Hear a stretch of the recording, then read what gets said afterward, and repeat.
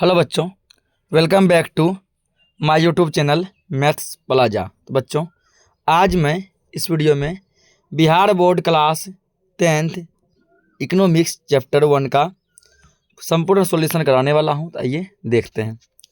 पहले जैसे दिया है कि सही विकल्प को चुनें, यानी ये ऑब्जेक्टिव क्वेश्चन है। सही विकल्प को क्या करना है? चुनना है। जो ऑप्शन सही है उस पर हमको टिक करना है, ठीक ना। तो पहला क्वेश्चन यहाँ दिया गया है कि निम्न को प्राथमिक क्षेत्र भी कहते हैं। किसको? सेवा क्षेत्र, कृषि क्षेत्र, औद्योगिक क्षेत्र, इनमें से कोई नहीं। तो कृषि क्षेत्र को हम लोग प्राथमिक क्षेत्र भी कहते हैं। किसको कहते हैं? कृषि क्षेत्र को प्राथमिक क्षेत्र भी कहा जाता है। अगर इनमें कौन से देश में मिश्रित अर्थव्यवस्था है? अमेरिका, रूस, भारत, इनमें से कोई नहीं। तो याद रखिएगा, भारत में जो है मिश्रित अर्थव्यवस्था है, ऑप्शन ग।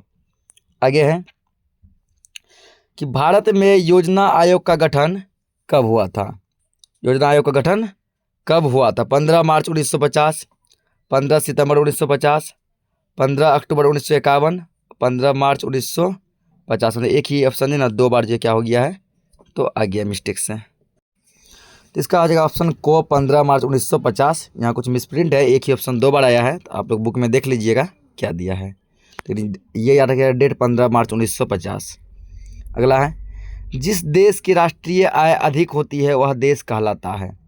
अविकसित, विकसित, अर्धविकसित, इनमें से कोई नहीं। तो जिस देश की राष्ट्रीय आय अधिक होती है वह कहलाता है विकसित, ऑप्शन ख। इनमें से किसे पिछड़ा राज्य कहा जाता है?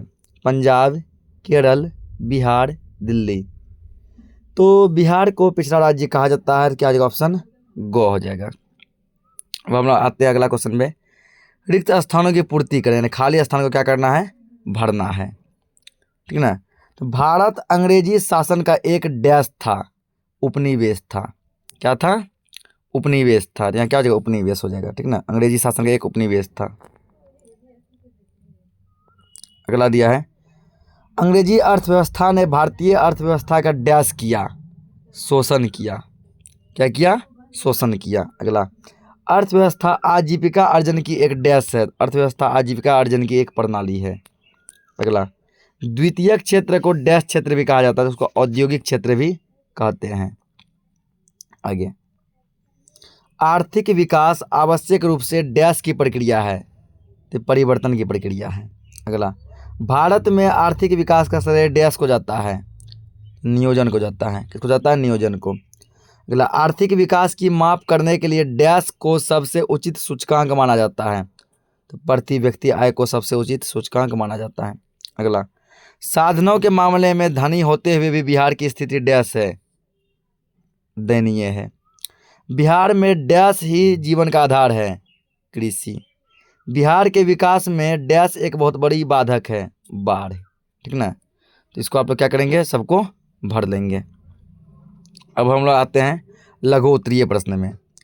तो लघु-उत्तरीय प्रश्न में यहाँ कह रहा है पहला कि अर्थव्यवस्था किसे कहते हैं? अर्थव्यवस्था किसे कहते हैं? तो इतना बड़ा देख के डरना नहीं है, इतना लंबा नहीं लिखना। यहाँ लिखेंगे वे सभी क्रियाएं, ठीक ना, वे सभी क्रियाएं जिनसे हमें धन अथवा आय प्राप्त हो, आर्थिक क्रियाएं कहलाती है। क्या कहलाती है? तो कोई भी ऐसा काम जिससे हम लोग रुपये कमाते हैं वो क्या कहलाता है? आर्थिक क्रियाएं कहलाती है। विभिन्न प्रकार की आर्थिक क्रियाएं जिस तंत्र तथा तथा था नहीं हो गया तो तथा जिस तंत्र तथा ढांचे के अंतर्गत संपादित की जाती है, अर्थव्यवस्था कहलाती है। क्या कहलाती है? अर्थव्यवस्था कहलाती है। इतना लिखेंगे, ठीक ना। वे सभी क्रियाएं जिससे हमें धन अथवा आय प्राप्त हो, आर्थिक क्रियाएं कहलाती है। विभिन्न प्रकार की आर्थिक क्रियाएं जिस तंत्र तथा ढांचे के अंतर्गत संपादित की जाती है, अर्थव्यवस्था कहलाती है, ठीक। इतना लिखने के बाद हम लोग क्या करेंगे? यहाँ पे फिर ये लिखेंगे ऑर्थर लेविस के अनुसार। ऑर्थर लेविस के अनुसार कि ऑर्थर लेविस ने अर्थव्यवस्था को कैसे परिभाषित किया था? ऑर्थर लेविस के अनुसार अर्थव्यवस्था का अर्थ किसी राष्ट्र के संपूर्ण व्यवहार से होता है जिसके आधार पर मानवीय आवश्यकताओं की संतुष्टि के लिए वह अपने संसाधनों का प्रयोग करता है। फिर लिखेंगे ब्राउन के अनुसार। ब्राउन के अनुसार जो अर्थव्यवस्था आजीविका अर्जन की एक प्रणाली है। आजीविका अर्जन की क्या एक प्रणाली है? इतना इसके अंदर आपको लिखना पड़ेगा। अगला क्वेश्चन जो दिया गया वो है मिश्रित अर्थव्यवस्था क्या है। मिश्रित अर्थव्यवस्था क्या है, लिखना है यहाँ पे, वह अर्थव्यवस्था, यहाँ से लिखेंगे ठीक ना, वह अर्थव्यवस्था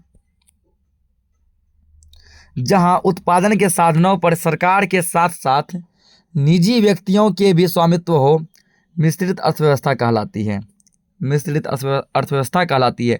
यह अर्थव्यवस्था पूंजीवादी अर्थव्यवस्था और समाजवादी अर्थव्यवस्था के बीच का रास्ता है ठीक ना, बीच का क्या रास्ता है।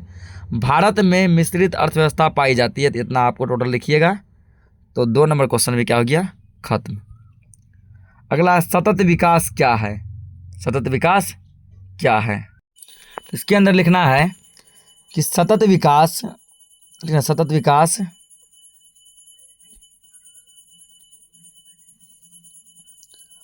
का शाब्दिक अर्थ होता है क्या, ऐसा विकास जो जारी रह सके, क्या रह सके, जारी रह सके, टिकाऊ बना रहे, जारी रह सके और टिकाऊ बना रहे। फिर नीचे लिखेंगे ब्रूडलैंड के अनुसार, ठीक ना, ब्रूडलैंड कौन थे, बहुत बड़े अर्थशास्त्री थे, उसके अनुसार सतत विकास, ठीक ना, ये है यहाँ नहीं होगा।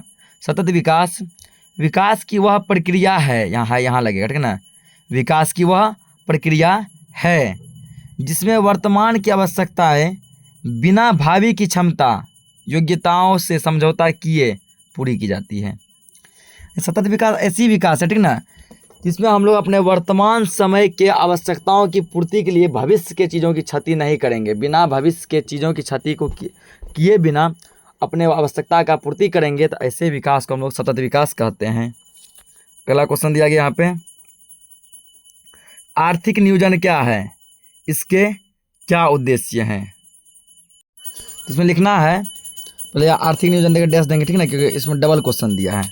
एक तो आर्थिक नियोजन दिया है, दूसरा क्या दिया, इसका उद्देश्य, पहले ऐसे डैश देंगे, लिखेंगे कि एक निश्चित समय के अंतर्गत अर्थव्यवस्था में उपलब्ध संसाधनों की नियोजित समन्वय एवं उपयोग करके पूर्व निर्धारित सामाजिक एवं आर्थिक उद्देश्यों की प्राप्ति करना ही आर्थिक नियोजन कहलाता है।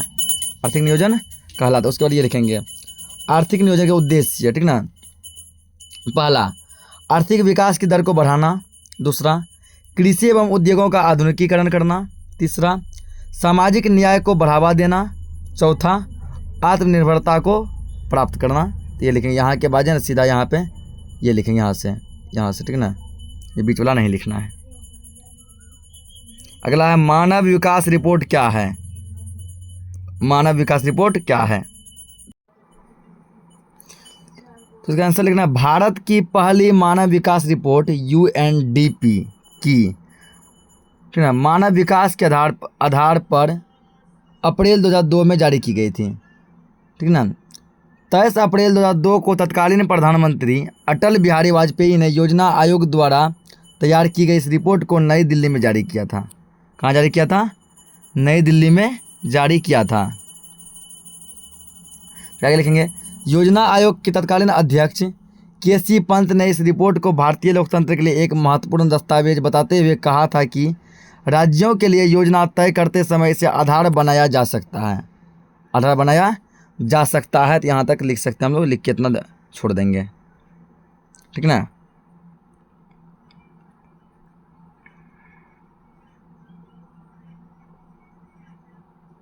आगे लिखेंगे अब आधुनिक संरचना पर प्रकाश डालें। आधुनिक संरचना क्या है, इस पर हमको कुछ कहना है, ठीक ना। आधुनिक संरचना यहाँ आधारित होगा, ठीक ना। यहाँ लिखेंगे वे सभी तत्व जैसे बिजली, ठीक ना, वे सभी तत्व जैसे बिजली, संचार, परिवहन, स्कूल, कॉलेज, बैंकिंग, अस्पताल, कॉलेज, ठीक है ना। तो कॉलेज यहाँ पे जो 2 बार आ गया है, तो अस्पताल आदि देश के आर्थिक विकास के आधार पर है। क्योंकि ये सब यदि नहीं होगा ना, तो कोई भी देश जो तरक्की नहीं कर पाएगा, डेवलप नहीं करेगा, विकास नहीं कर पाएगा। तो विकास के आधार पर है, उन्हें देश का आधारित संरचना कहा जाता है, ठीक ना। जिस देश का आधारित संरचना जितना अधिक होगा, ठीक ना, वह देश उतना ही अधिक विकसित होगा। यहाँ तक इसको लिख देंगे। अब अगला आप दिया है दीर्घ उत्तरीय प्रश्न। दीर्घ उत्तरीय प्रश्न लॉन्ग आंसर टाइप क्वेश्चन, ये जब भी पूछेगा एग्जाम में 5 नंबर दे के जाएगा। तो दीर्घ में पहला क्वेश्चन दिया है कि अर्थव्यवस्था की संरचना से आप क्या समझते हैं। और इन्हें कितने भागों में बांटा गया है, ठीक ना, कितने भागों में बांटा गया है। लिखना है विभिन्न प्रकार की आर्थिक क्रियाएं जिस तंत्र या ढांचे के अंतर्गत संपादित की जाती है अर्थव्यवस्था कहलाती है। अर्थव्यवस्था में दो कार्यों का संपादन होता है। पहला, विभिन्न प्रकार की वस्तुओं एवं सेवाओं का उत्पादन करना जिससे लोगों की आवश्यकता की पूर्ति हो सके। दूसरा काम है लोगों को रोजगार मिल सके। क्या मिल सके? रोजगार मिल सके। फिर दोनों पॉइंट के बाद फिर नीचे लिखेंगे, फिर नीचे लिखना, ठीक ना, कि अर्थव्यवस्था को विभिन्न उत्पादन क्षेत्रों में बांटा गया है जिससे अर्थव्यवस्था की संरचना कहते हैं, ठीक ना। इसको अलग अलग भागों में बांटा गया जिसका अर्थव्यवस्था की संरचना कहते हैं।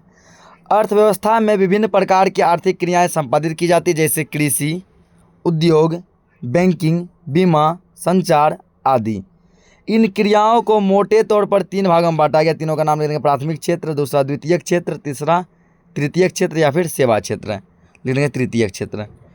तो यहाँ तक करके छोड़ देंगे, इसमें सबका डेफिनेशन भी दिया है, उतना हम लोग नहीं लिखेंगे।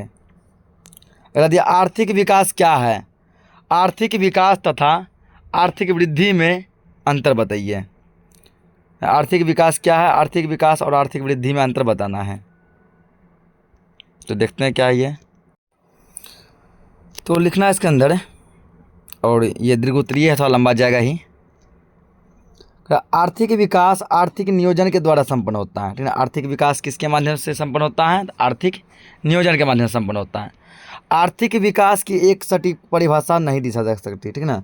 आर्थिक विकास का कोई भी सटीक परिभाषा नहीं दिया जा सकता है। प्रोफेसर रोस्टोव के अनुसार आर्थिक विकास एक ओर श्रम शक्ति में वृद्धि की दर तथा दूसरी ओर जनसंख्या में वृद्धि के बीच का संबंध है, ठीक ना। फिर प्रोफेसर मेयर के अनुसार, प्रोफेसर मेयर एंड बाल्डविन के अनुसार आर्थिक विकास एक ऐसी प्रक्रिया है जिसके द्वारा दीर्घकाल में किसी अर्थव्यवस्था की वास्तविक राष्ट्रीय आय में वृद्धि होती है, वृद्धि होती है। यहाँ तक लिखेंगे, ठीक ना। उसके बाद फिर क्या करना है, उसके बाद आ जाएंगे वृद्धि होती है के बाद यहाँ आएंगे नीचे कि आर्थिक विकास और आर्थिक वृद्धि में सामान्यतः कोई अंतर नहीं माना जाता है। दोनों शब्द एक दूसरे के पूरक होते हैं। इसके कारण दोनों शब्दों को एक दूसरे के स्थान पर प्रयोग किया जा सकता है कि आर्थिक विकास को आर्थिक वृद्धि की जगह पर और आर्थिक वृद्धि को आर्थिक विकास की जगह पर प्रयोग किया जा सकता है। लेकिन कुछ अर्थशास्त्री इन दोनों शब्दों में अंतर बताते हैं। कुछ ऐसे हैं अर्थशास्त्री जो कि इन दोनों शब्दों में अंतर बताते हैं।